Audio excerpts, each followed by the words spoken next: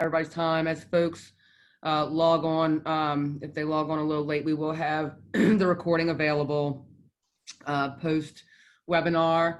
I want to say thank you, first of all, to James and Brian from Technology Lab.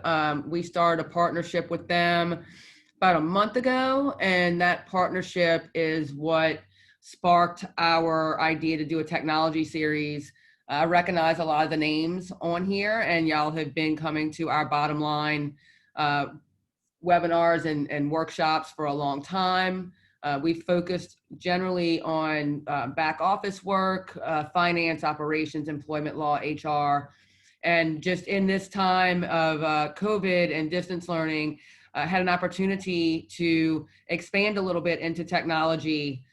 James and Brian actually were our first technology partners. So we're super excited that they're going to be a huge part of this webinar series. We'll have 6 total. The first 3 will be with Technology Lab. So I'm going to turn it over to James and Brian to give y'all a little bit more information about Technology Lab and what we're going to go over today on this webinar.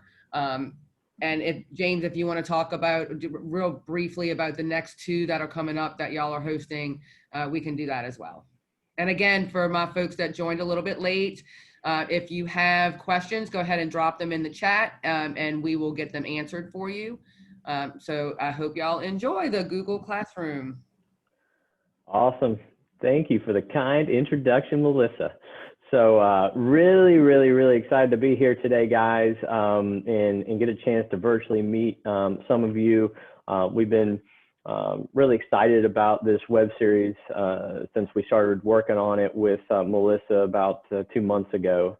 And so what I want to do is just give you a little background on who we are. We're currently expanding into the Louisiana market. We're based here. Technology Lab is based here in Nashville, Tennessee.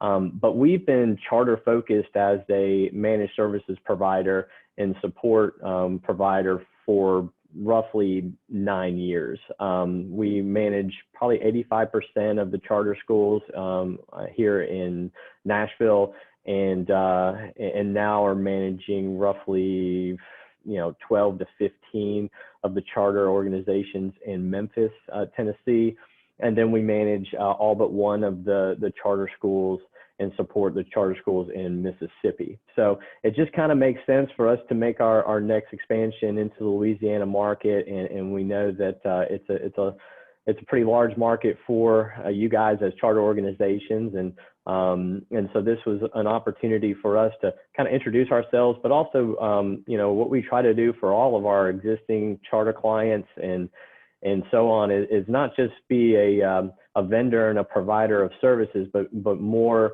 to be able to provide additional value, understand the challenges and obstacles that you guys deal with specifically in the charter school world. And kind of with our background, we've been able to curate our portfolio of products to really fit what charter schools need and do. And so if you see the next slide here, Molly, this is just gives you a breakdown of the different services that we provide.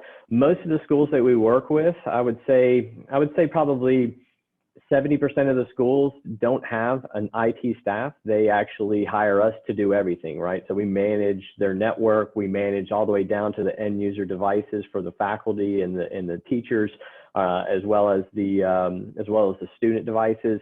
Helps, we onboard and offboard, all of those devices, and ultimately, handle all the security around these things. Obviously, in this day and age, everything's a lot different, right? So really just making sure that the virtual learning experience and the distance learning experience is as smooth as it can be. And with that being said, just making sure right now that our schools and our clients are really taking advantage of all the technology that they have at their fingertips, and they know how to leverage it so that the virtual learning process is as smooth as it can be.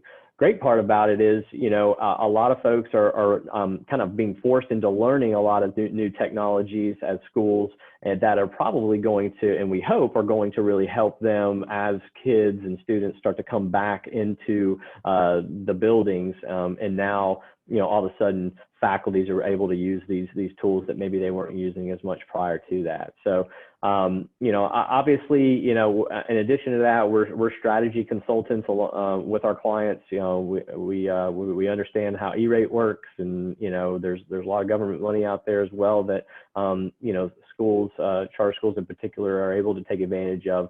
We got a big year coming up, a new 5-year cycle's hitting this year, 2021. So just kind of preparing our clients for those types of things is important as well. So ultimately, we're kind of a one-stop shop for our charter school clients from an IT perspective, so that they can focus on education and doing what they do best.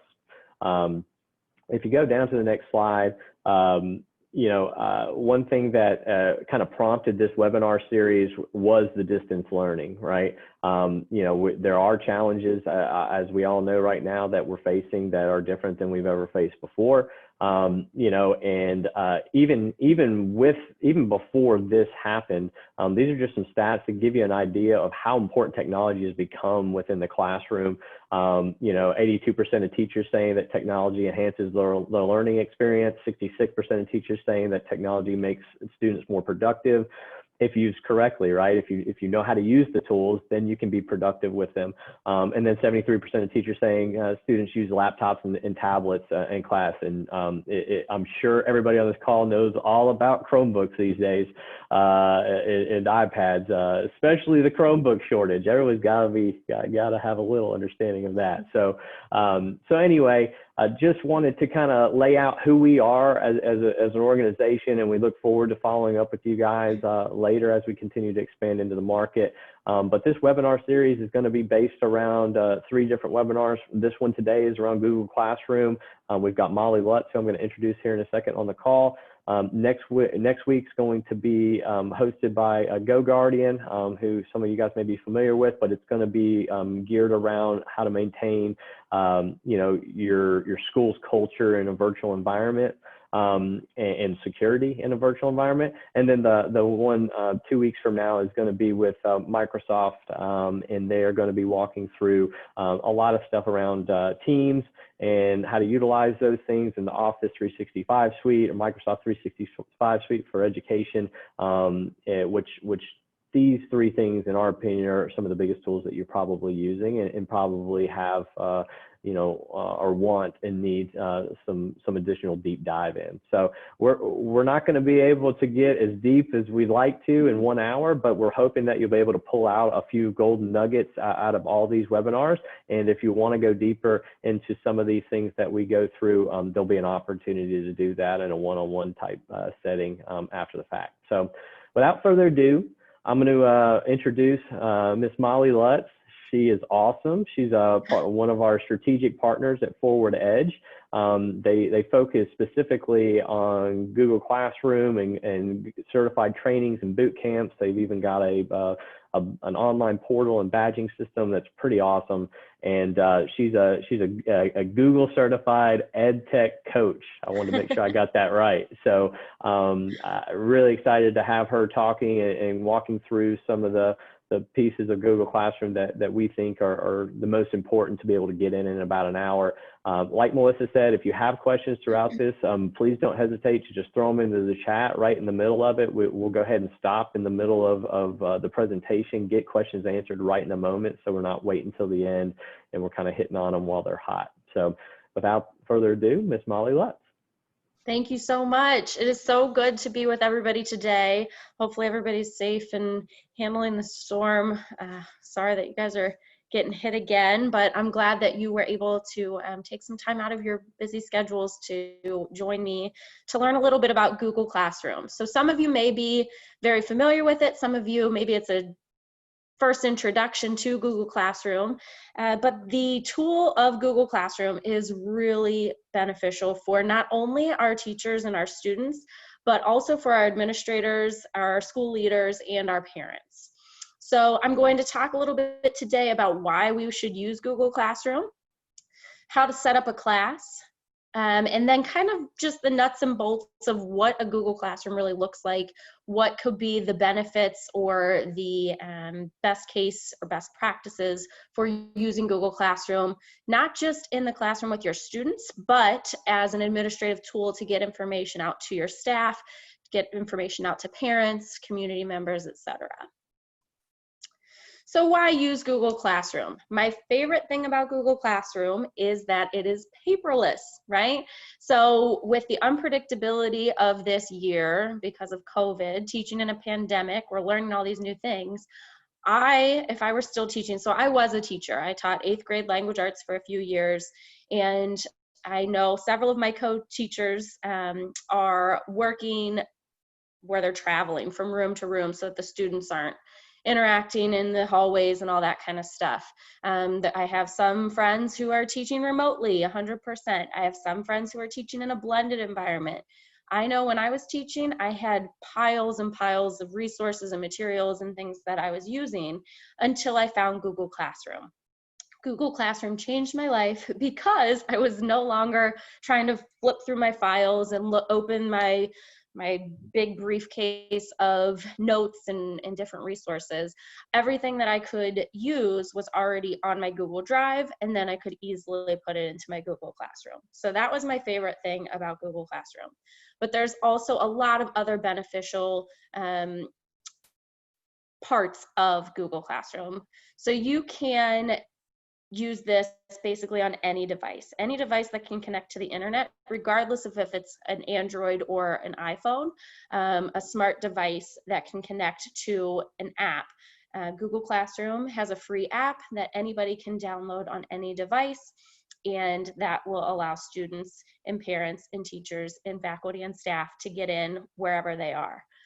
It's also a really easy way to email students and parents, because I'll talk a little bit later about the Guardian feature, but you can send an email directly through Classroom, and basically it just links to an account and you can type the email and send it directly from Google Classroom instead of getting into multiple places.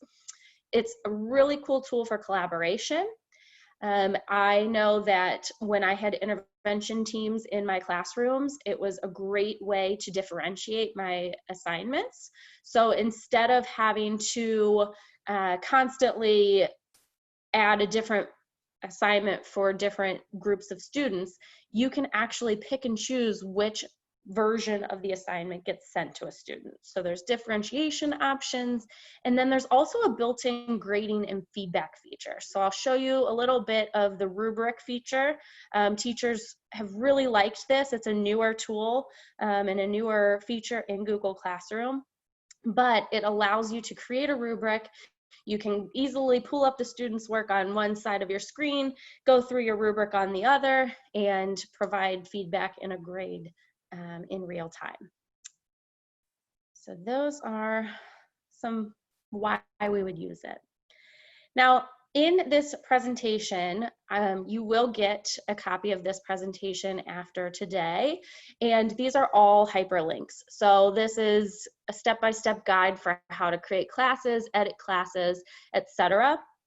The nice thing about Google Classroom is you can have multiple classes for your room. So let's say you're a self-contained room and you have the same kiddos all day. That's fine. You could still have a math class and a reading class, a science class. You can still break it up by content.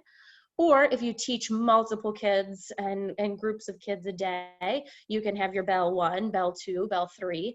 So I typically recommend when you are setting up classes to be very specific in your naming convention. I'm going to show you a few examples of different classes and what that kind of looks like on the platform. But when you're creating classes, you can reorder them, so you can move them around on your screen. There's a lot of different settings for student permissions and notifications. I'm not going to get into all of those today. This is kind of a high level, big picture type presentation, but these are all links that will help you set those student permissions, customize your notifications, etc. Another thing to consider when you are creating classes is inviting people to those classes. So students can either join with a join code, or if you have a class list and you have the emails all set up, you can just copy and paste that and send them an invitation to your class. Similarly, you can invite co-teachers. So let's say you have 2 other teachers who are working with the same students, and you want them to be able to get into their class assignments and help with grading, help with differentiation. You can add co-teachers, and basically what that means is they will see all of the content that you're posting. They can also add their own content and post their own materials as if it were in a regular traditional classroom. So inviting co-teachers is a really great tool. You can remove students and co-teachers. And my favorite part is the invite a guardian. So we, in this virtual environment, right, need parents involved even more than we ever have. And so in Google Classroom, there is a setting where if you have an email address for a parent or guardian, you can send them an invitation to be a guardian of the classroom. And that doesn't mean that they're like a parent volunteer or anything. Basically, what that will do is it will send them notifications if their student missed an assignment, if their student needs to redo something, if their student has an announcement or an email that the teacher needs to send to the parent, and they can do that directly through Google Classroom. So there's these like email summaries that parents can get. They do have to accept the invitation, so it's not we send out the invitation and they're forced to be part of the classroom. But it is a really, really nice way to kind of streamline that. Parents will not see other students in the classroom. They will not get notifications about other people's kids. It's very directed toward their student in the classroom. And it's by class. So if you want to invite parents to a reading class, but you don't want to invite them to a math, you don't have to do that.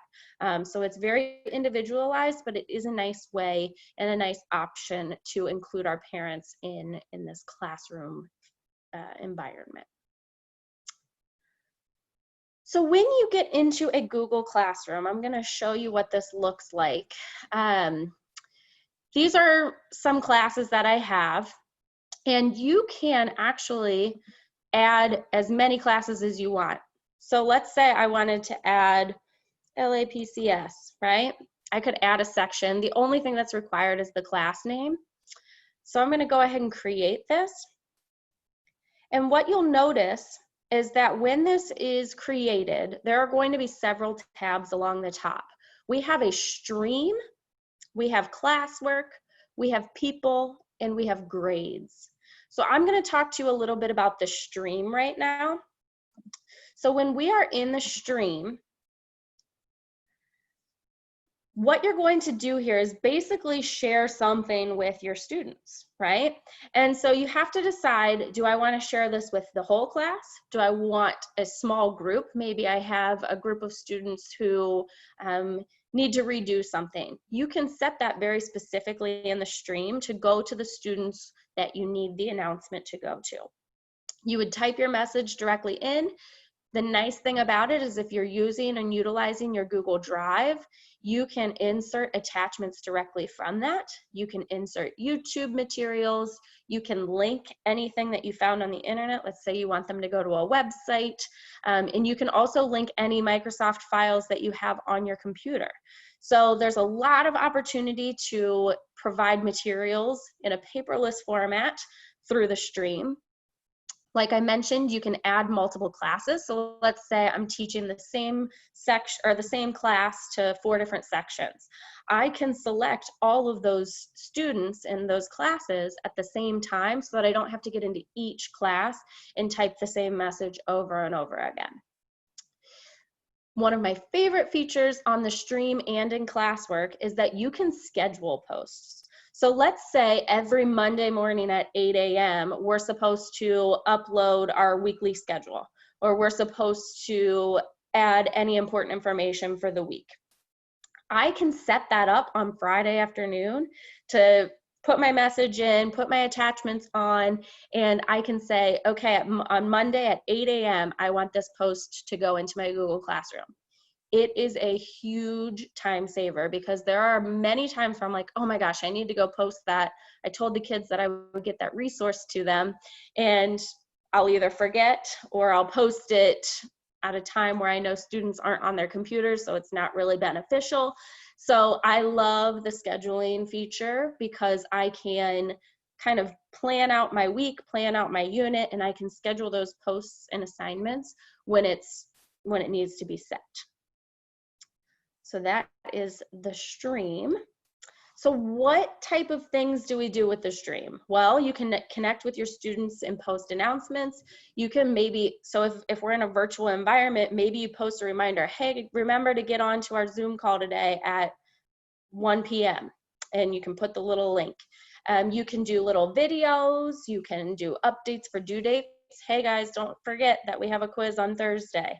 And like I mentioned, you can send messages to specific students. So the stream is kind of our virtual announcement hub. Think of it as anything that is important that you need to get out to students in a timely manner. It's in real time, so the minute you post it, the students will be able to see that. Hey, Molly. Yes. I've got a few questions, and some of them you probably are going to hit on a little bit later. Yeah. But the first one that may kind of fit right now is there a way to make it where students cannot create classrooms? So students should not be able to create a classroom. When they go to this screen, they will see the plus button, but they should only see join class.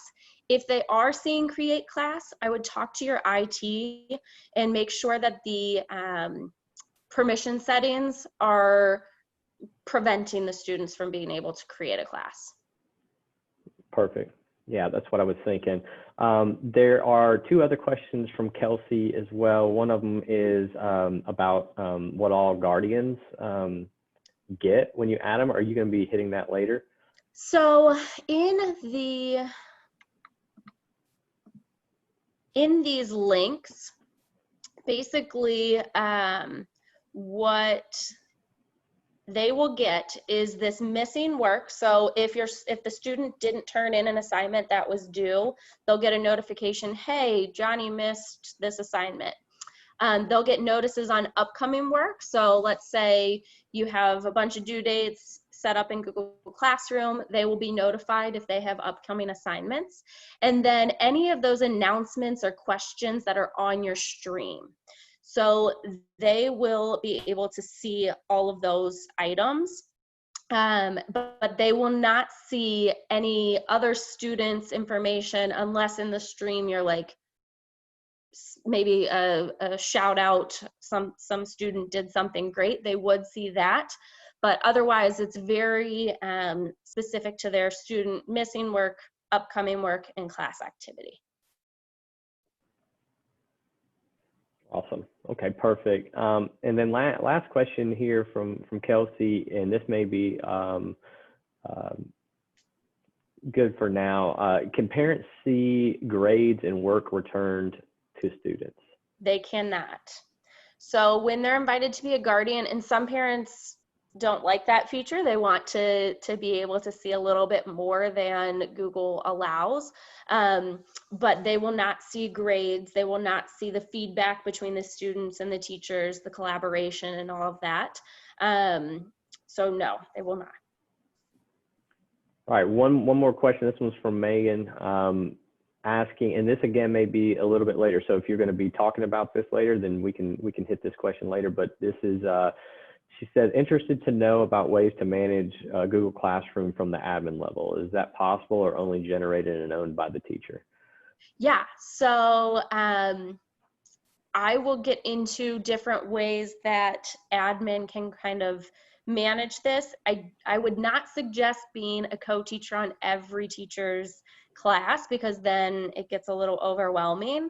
But I will show you some examples of administrative level classrooms. Now, is the question more how can you as an administrator kind of manage the teachers' rooms, or is it more how can we use Google Classroom as administrators?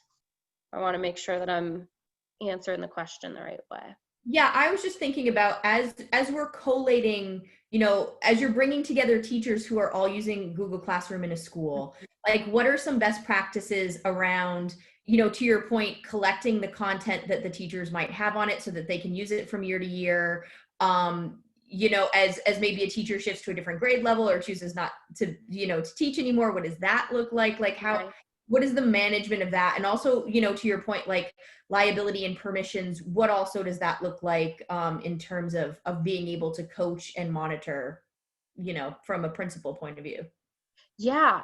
So I'll touch on that a little bit, and then at the end, I'll try and, if we have time, get into that a little deeper. If I don't have time, I'd love to get some information to James to send out to you guys, because that is a really, really good question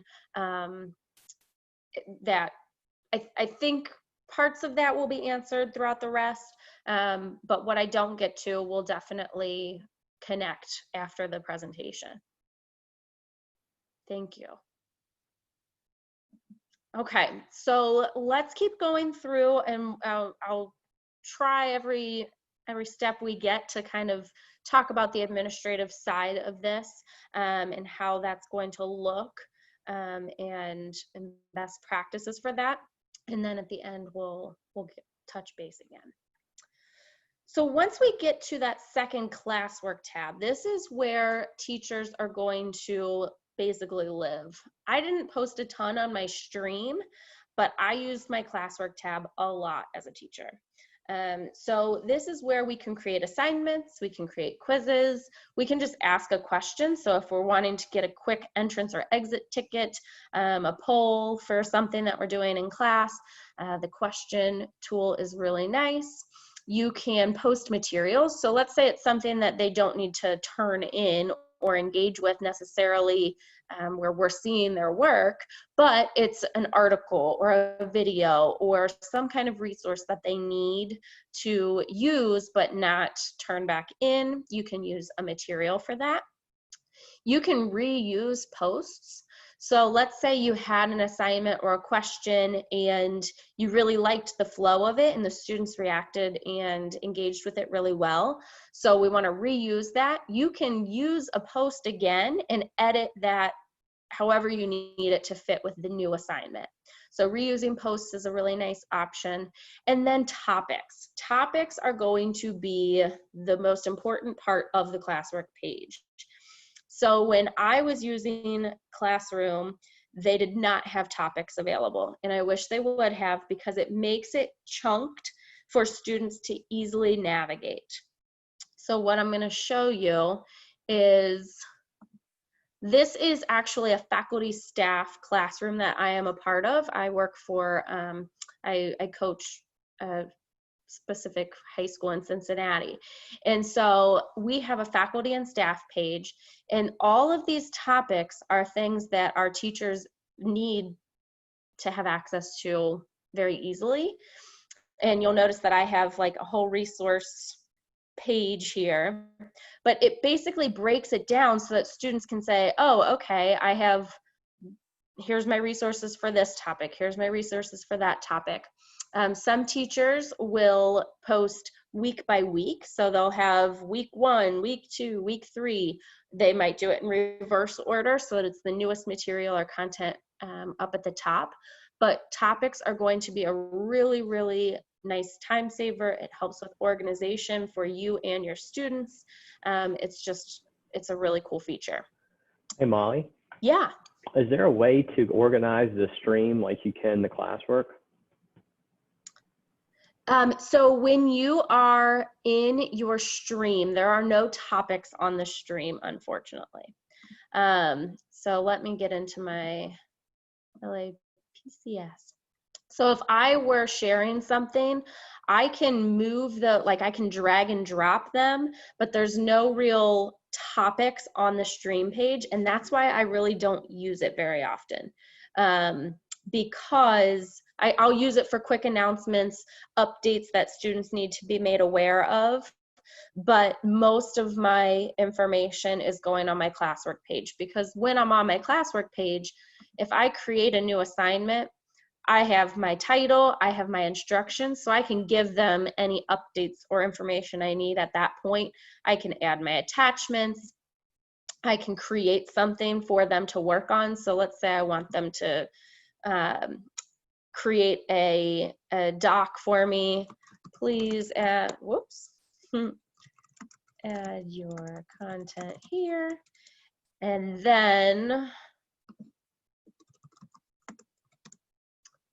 then when I have them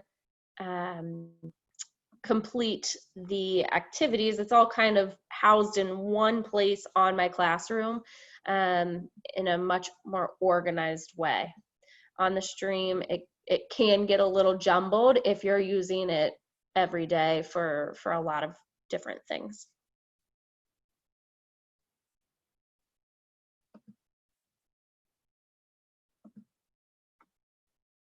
Okay. So there, like I said, these are all hyperlinked. Make the most of the materials you post. You can click on any of these and it will take you to Google's step-by-step how to add materials, how to view Classroom in your Drive.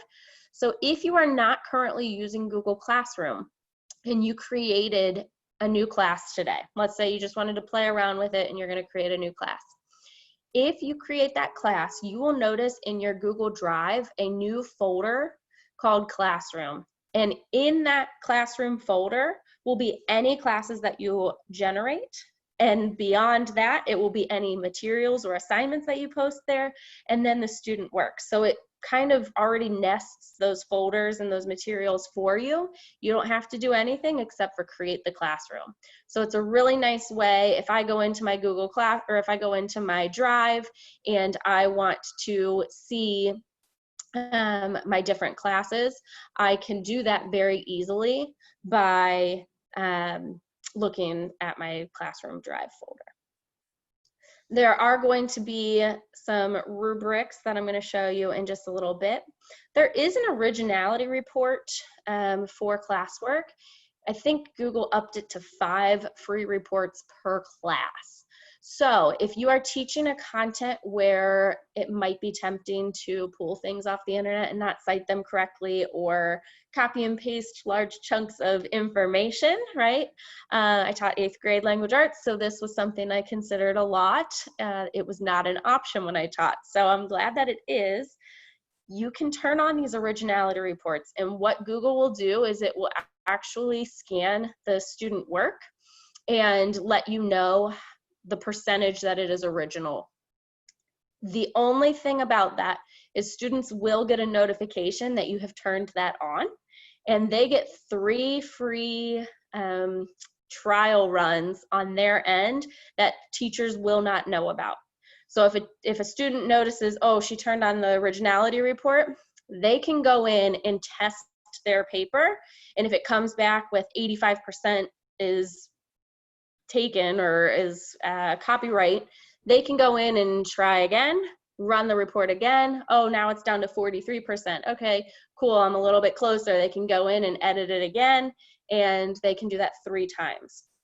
The benefit of them being able to run that would be, okay, students are actively revising and editing their material and papers before they send them in. So originality reports is a feature. I think you get 5 free originality reports per class. Okay, so grades and feedback. This is a really cool feature for teachers. Basically, I'm gonna skip over this. You can review that when you have time, but there is an option for comment banking. So if you are if a teacher has a very similar comment that they give on a specific assignment, let's say it's I really like the resources that you use, but you forgot to find a primary source, or if there's like a common thing that comes up, or if it's just nice job, keep up the good work, that could be a comment bank as well. You can add these on to a running list, and basically when you're in there, you can just click on the comment that you want to use and it will add the comment. There's also a grading feature in Google Classroom. So I can add a rubric on the fly while I am creating or grading. And basically I can say, okay, do they have a title? 3 points if they do, 1 point if they don't.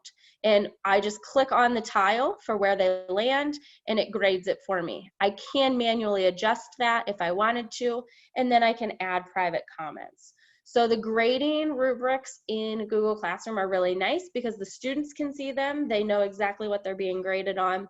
And it's really convenient for the teachers to not have to write down on a piece of paper or keep a separate rubric in a Google file or doc or anything like that. It's all housed in the classwork. So when we're thinking about our stream, our classwork, our people, and our grades, stream is going to be for reminders, announcements, discussion posts. Classwork, materials, assignments, and assessments. Our people is going to be our co-teachers, students, and parents.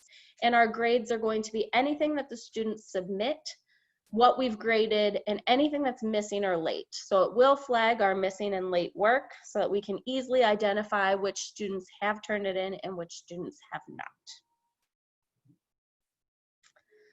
So best practices for Google Classroom, always make a copy for each student. So when I say that, I want to show you specifically. So if I created a doc, oh, I already had my demo one, but that's okay. We'll do this demo too, right? So let's say I have this document. Over on the right-hand side, students can view this file currently, but if I want them to engage with it, fill it out, answer questions, write me a little short paragraph, whatever I want them to do on that, I am going to select make a copy for each student. If you select students can edit file, that will allow them to edit the original document. If you make a copy for each student, it basically is saying, here's your work, go do it, but your original is safe from any of those revisions. So tip number one, definitely make copies for each student assignment. I talked about this earlier, creating topics with a purpose. So using chronological order, maybe it's by week, maybe it's by date, maybe it's by topic. Or chapter even, but definitely creating those topics with purpose on your classwork tab. Adjusting stream commenting, so teachers can post and comment. There is a feature where students can post and comment. Some teachers really like that. Some people have to turn that off. So just being aware of those settings and features that allow students to interact with the page. Google Classroom integrates with a lot of different applications and tools, including Quizlet, Edpuzzle, and Edulastic. So if you are familiar or using those resources, you can automatically post assignments from those resources into Google Classroom. And it just makes that seamless, less clicks, less copy and paste. It's much easier to navigate. So these are a couple of examples of the topics that I was talking about. So this teacher did week 1, week 2, week 3, and it makes it really easy for students to navigate this. The best part about this is actually for teachers. So this is professional development that one of my colleagues is using. And this is something that administrators could do similar to the high school that I work with, where it's those topics where people can find easy resources. What are the policies for our virtual and blended learning? What's the new schedule look like? Are there any tech resources that I can look at to help me with my lesson next week? So it's a really nice way to keep things organized and keep that flow going. This is another example where they have topics, but then you'll notice within the topics, it's week 4, week 5, week 6. So they've kind of created those, the folders, and put the content into it so that people can easily navigate through that. As an administrator, if you are going to be invited as a co-teacher, so one thing that you can do is you could say, okay, staff, I really want everybody to invite me as a co-teacher to your classroom, just in case I have a question about a student or a parent comes to me asking about something, right? So that it creates that ease of communication. You can turn off all of the notification settings so that you're not being notified when Sally turns in her assignment or when a new post or announcement goes out. Now, maybe you do want to see all of the different notifications coming from the teacher, but you don't necessarily want to see the new notifications coming from the students. You can change that in the settings. There are a lot of different settings that you will see over underneath your classes. There's this settings button, and this is where you can set up all your notifications. So if I want notifications when there's comments made, if I want notifications on late submissions, you can get those and manage it that way. I can also manage things per class. So if I want to get into my settings for the class, I can scroll down and get very particular about how students are seeing my stream, how they see the classwork. Are you going to show deleted items? So there's a lot of different settings that you can use. So if you are an administrator that wants to be a co-teacher for each class, you would basically have your teachers get into the People tab. And up on the top right, there's invite teachers. I could invite anybody to join me. If I hit invite, they will get an email notification saying, hey, Molly has invited you to co-teach. And when they accept that invitation, they will be able to view the coursework, the stream, the grades, and interact with it as if it was their own classroom. So that is one thing that you could do, and just make sure again that you're going into your settings and notifications so that you're not getting an email every time something new happens, because your email is probably already very, very full of very important information, and you don't want it to get bogged down with happy Monday, so glad to start another week with you, right? I mean, that is positive and it's a beautiful message, but that might not be something that you want coming into your important emails on a daily basis. Okay. Are there any other questions about Google Classroom, the stream, Guardians?